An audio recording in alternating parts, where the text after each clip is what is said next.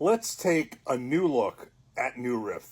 We're going to re-review a New Riff Kentucky Straight Bourbon Whiskey, bottled in bond, 100 proof.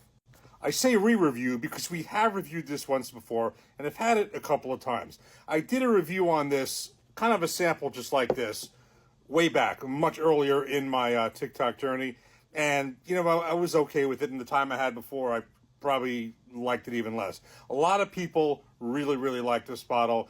There's just some kind of a taste profile in it that in the past I just have not been totally keen on. But like with anything, I always like to come back to bottles again that maybe I didn't like as much and then want to try them again as my palate evolves. And that's what we're going to do with this. I will say there is one New Riff that I really did like, and I had a sample of their malted rye. And of all things, that one, because I'm not a rye person, I think it was the way the rye was malted. Something with that flavor I did like. But this is their original. This is their straight Kentucky bourbon whiskey, bottled in bond, which is 100 proof, with all the requirements of bottled in bond. It is without chill filtration, as it says right here on the bottle. And they call it a New Riff on an old tradition. It is distilled, aged, and bottled by New Riff Distillery, Newport, Kentucky, which opened around 2014. It is aged at least 4 years by the definition of a bottled in bond.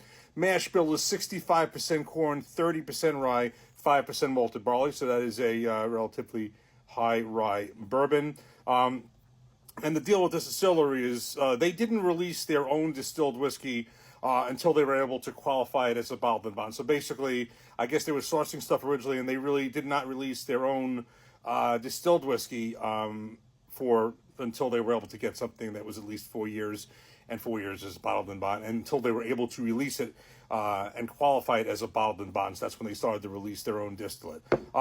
So that's the deal with this. I will say this again, I love these samples. I got this at Total Wine. I picked up a whole bunch of samples.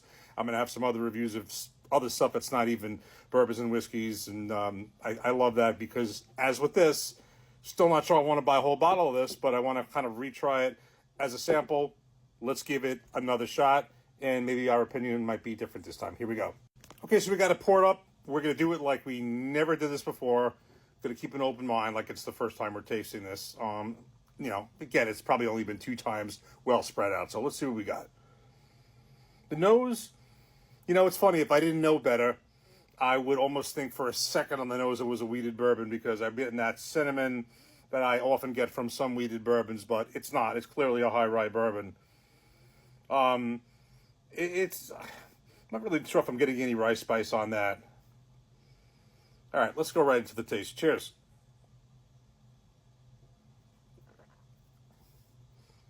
I'm definitely getting rice spice on the palate, no doubt about it. You can clearly tell there's a rice spice. Got a decent finish.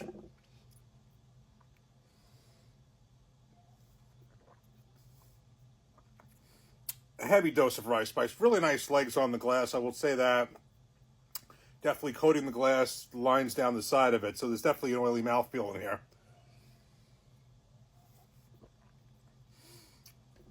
I'm getting the caramels, the vanillas, classic taste like that. The rice spice is definitely predominant, and it has it's a decent punch and proof for the 100 proof bottled in bond. You know what? Actually, this is maybe 3's a charm. 3 times maybe a charm. I actually am liking this time. I don't remember liking it this much. I think it's kind of gone in order. First time I tried it, I think pre-TikTok, totally didn't like it. When I reviewed it the last time, I think I was okay with it. I'm not saying that this is like my absolute favorite, but I think this is a good pour, actually. It's got a nice dose of the traditional bourbon taste. Little rice spice, got a nice finish. Drinks nice for 100 proof. This really isn't bad. So I think this is definitely... I still don't know if I'm going to buy a whole bottle. I would be curious because the only ones I've tried that I've purchased have been these samples of the bottled in bond, which was their staple. What I have not tried are their single barrels. They're all over the place. I can easily get those. And I had the malted rye, which I really did like. So maybe we'll give one of those single barrels a try at some point once I see it. And I have seen them in plenty of stores. But, okay, this is... we took a new look at New Riff, and we kind of have a new opinion. This isn't actually not a bad pour at all. One more time. Yeah. That's why we do this. That's why we go back to this, because the palate, at least as far as I'm concerned, and I know a lot of people will agree, palate is ever changing, ever evolving. Things you don't like in the past you may like, and things you like you might not, and vice versa. So always pays to go back to something. Cheers. Take care. Thanks for watching.